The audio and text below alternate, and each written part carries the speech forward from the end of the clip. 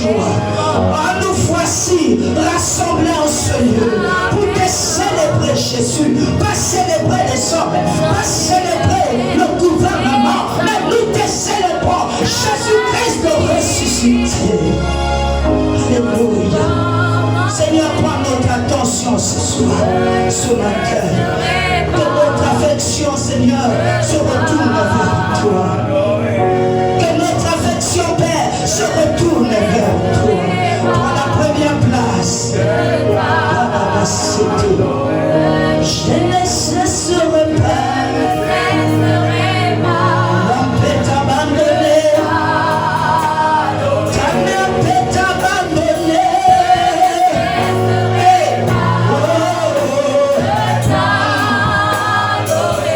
Je ne cesserai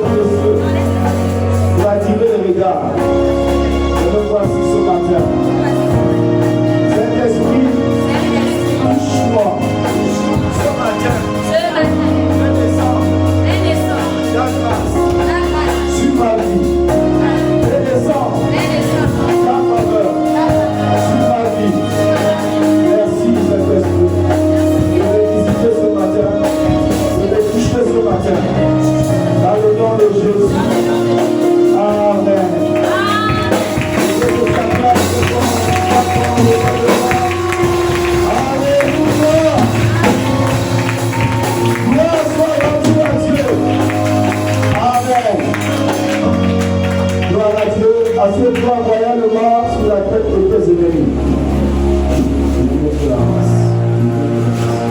Amen. Gloire à Dieu, que Dieu vous bénisse ce matin. Amen. Soyez les bienvenus. Alléluia. Salut ton frère, ta soeur. Que Dieu vous bénisse. Il y a certains visages, ça faisait très longtemps que j'ai vu ces visages-là. Amen. Que Dieu, que Dieu te bénisse. Alléluia. Amen. Gloire soit rendue à Dieu. Je voudrais rendre grâce à Dieu. Hier, on a eu un temps extraordinaire d'évangélisation du côté du fromager. Alléluia. Par le ministère de la prophétesse Tatiana. Amen. Et nous rendons grâce à Dieu pour les personnes qui ont donné leur vie à Jésus, les personnes aussi qui ont été touchées. Amen, amen. Donne-moi un bon amen. Gloire à Dieu. Ok, ce matin, je veux vous partager un thème qui a une importance capitale au cœur de Dieu. Amen, amen. Alléluia. Écoutez, ce que je veux vous partager ce matin m'a été révélé, ok? Au-delà de ce écrit dans la Bible, je me retrouve en 1989. Alors que j'étais encore au collège,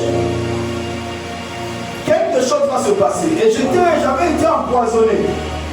Ok? Donc, j'étais dérangé par une maladie. Je vais vous parler de ce principe.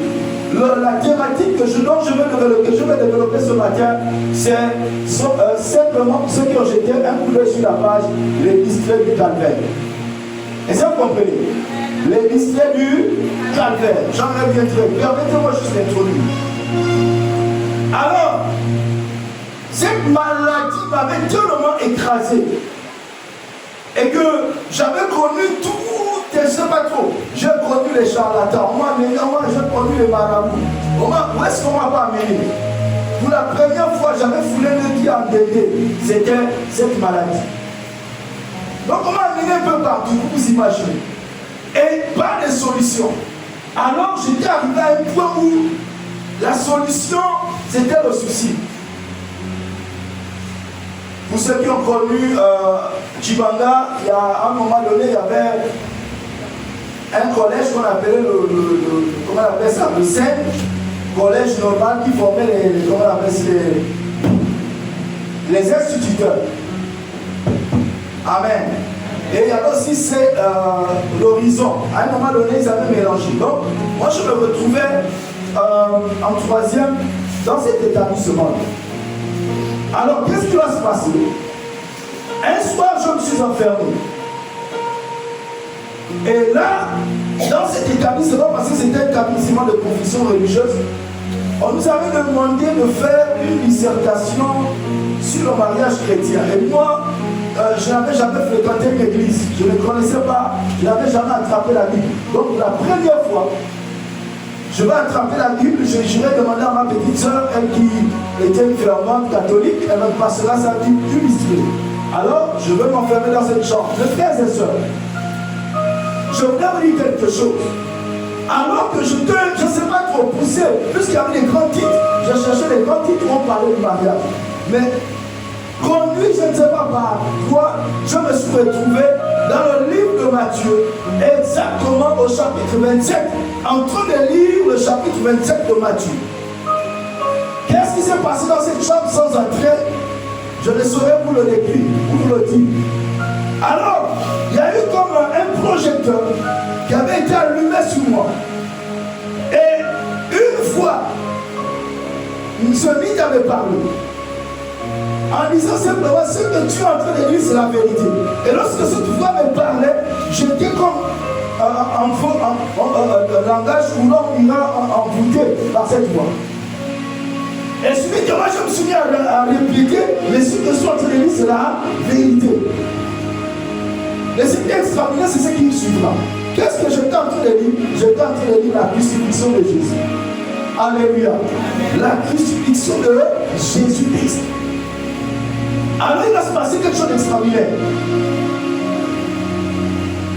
la maladie qui m'avait ténaillé tant d'années avait subitement disparu.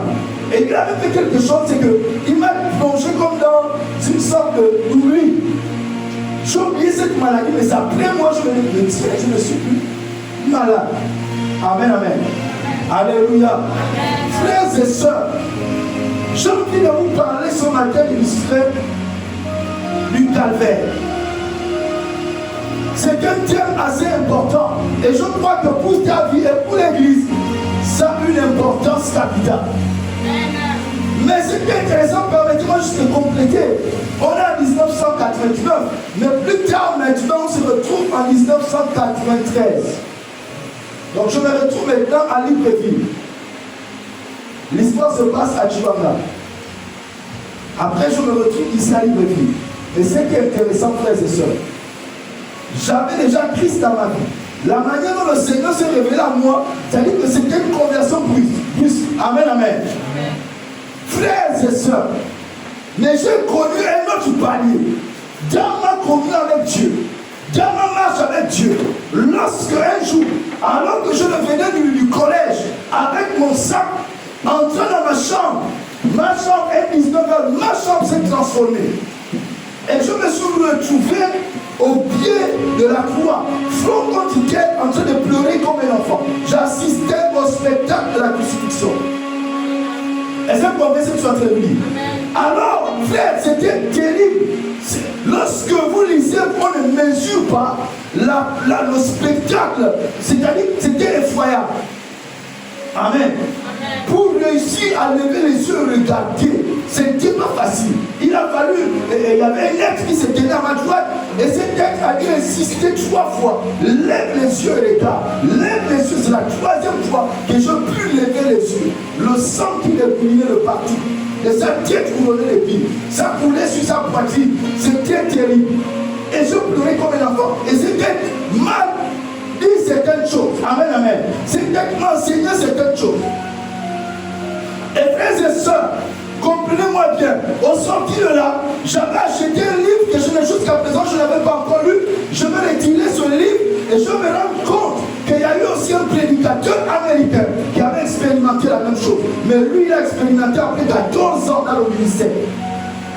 Et moi, Dieu m'avait fait grâce. 3 ans après ou 4 ans après, de marche chrétienne, Dieu m'a fait vivre cet événement. Les frères et sœurs, que personne ne vous mente. Amen, amen. Que personne ne vous mente. Lorsque tu es chrétien, tu dois comprendre l'importance de la croix. Tu dois comprendre l'importance de ce que Christ a accompli dans la croix. Frères et sœurs, c'est là où le ciel vient rencontrer la terre. C'est là où Dieu descend pour venir rencontrer l'homme. Nulle part ailleurs. Est-ce que vous comprenez? Nulle part ailleurs. Amen. Frères et sœurs, ma communion avait pris une autre dimension. Lorsque je sortais de cours, j'arrivais devant, n'est-ce pas, la porte de ma chambre. Automatiquement, ma pensée allait vers comment on appelle la vision que j'avais eue. Automatiquement, une communion extraordinaire commençait avec le Seigneur. J'entrais dans les temps d'adoration.